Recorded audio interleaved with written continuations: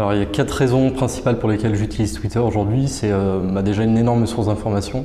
Ça me permet de me tenir au courant des actualités au niveau de la France, au niveau du monde, de savoir un peu ce qui se passe, puisque c'est en général le réseau social où tout est publié et tout se sait avant que ce soit repris par la presse et à tous les niveaux. L'autre chose importante, c'est la veille, puisqu'on peut suivre et du coup être tenu au courant par des personnes qui le font très bien pour nous, de toutes les campagnes de pub, de tout ce qui sort, de tout ce qui se passe dans notre milieu. Donc ça, c'est quand même un autre grand intérêt de Twitter. Troisième chose qui est extrêmement importante aussi, c'est le networking. Je me suis notamment au début de Brand Session connecté à énormément de grands patrons, de dirigeants, de directeurs marketing, beaucoup plus efficacement que sur LinkedIn. J'ai dû faire 90% de mes déj via Twitter, donc aujourd'hui on ne le sait pas forcément, mais c'est un outil très puissant à ce niveau-là, plus que LinkedIn, j'insiste là-dessus. Et après le dernier point, c'est l'aspect un peu plus RH quand on a des offres de boulot à faire tourner, des recrutements à effectuer. C'est aussi une manière de recruter finalement des talents qui sont connectés, qui sont usagers de ces réseaux sociaux qui sont aujourd'hui en train de changer la pub. Alors Twitter m'aide énormément par rapport au point que j'évoquais avant. L'autre aspect que je trouve vraiment intéressant au niveau de Twitter, c'est finalement un outil de communication corpo extrêmement intéressant, extrêmement puissant. Je pense que ça peut permettre à beaucoup de grands patrons, notamment, moi je ne suis pas un grand patron, mais les grands patrons du CAC 40, de prendre la parole, d'humaniser finalement leurs entreprises, de nous parler de leur actualité, d'avoir leur regard sur l'actualité au global, et en effet d'installer une vraie proximité avec les consommateurs, là où sur d'autres réseaux type Facebook par exemple, on est quand même sur des choses plus distantes, on a une distance qui est plus importante avec les gens. Donc là, il y a vraiment une prise réelle et une discussion qui peut s'engager en one-to-one avec un grand patron, avec n'importe qui. C'est un peu un désastre aujourd'hui, dans le sens où on a grossi très très vite. En 3 ans, on est passé d'une agence où j'étais seul à une agence de 30 personnes. Donc on n'a pas forcément pris le temps de bien s'occuper de nous-mêmes, c'est un peu le principe du cordonnier mal chaussé. Donc là, on vient d'embaucher une personne qui va s'occuper de notre compte Twitter, de notre page Facebook, de notre compte LinkedIn, de tous ces espaces qu'on a laissés un peu en désuétude jusqu'à présent.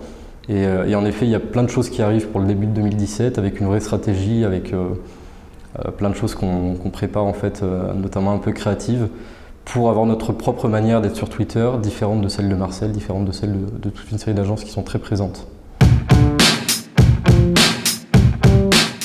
La campagne la plus marquante de mon point de vue, c'est celle de Fred et Farid pour Biocop, où il y a eu une vraie créa, une vraie big idea, un vrai concept au service d'une marque et de son discours et de ce qu'elle fait, de ce qu'elle est au quotidien. Donc c'était le principe de recycler finalement des tweets pour mettre en place une campagne qui racontait quelque chose.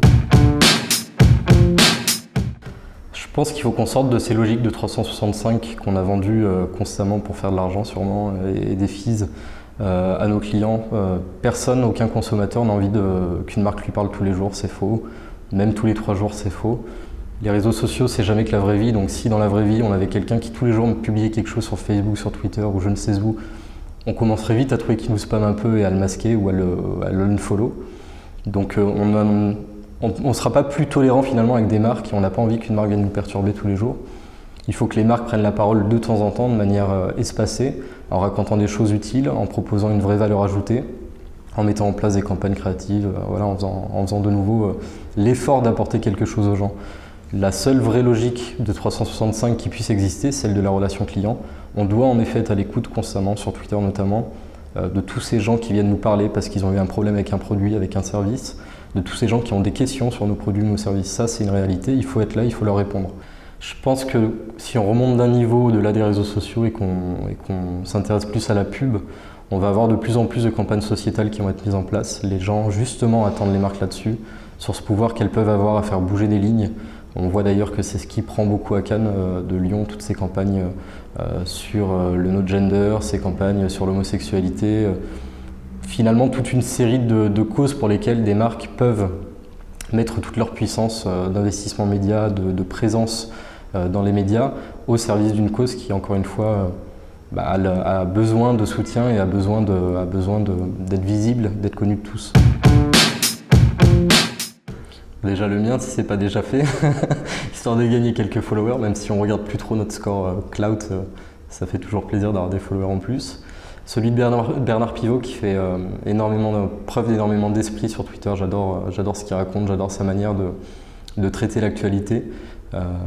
celui également de Brian Solis, qui est un énorme penseur et un énorme voyant sur tout ce qui se passe, tous les mouvements qui s'opèrent au niveau des réseaux sociaux, mais de manière plus globale du digital, de la pub, et qui du coup apporte beaucoup de hauteur, beaucoup d'analyse sur des sujets qui le méritent, parce que bien souvent en France on a tendance à juste relayer, avoir des gourous qui relaient sans forcément prendre le temps de l'analyse et puis de la prise de hauteur.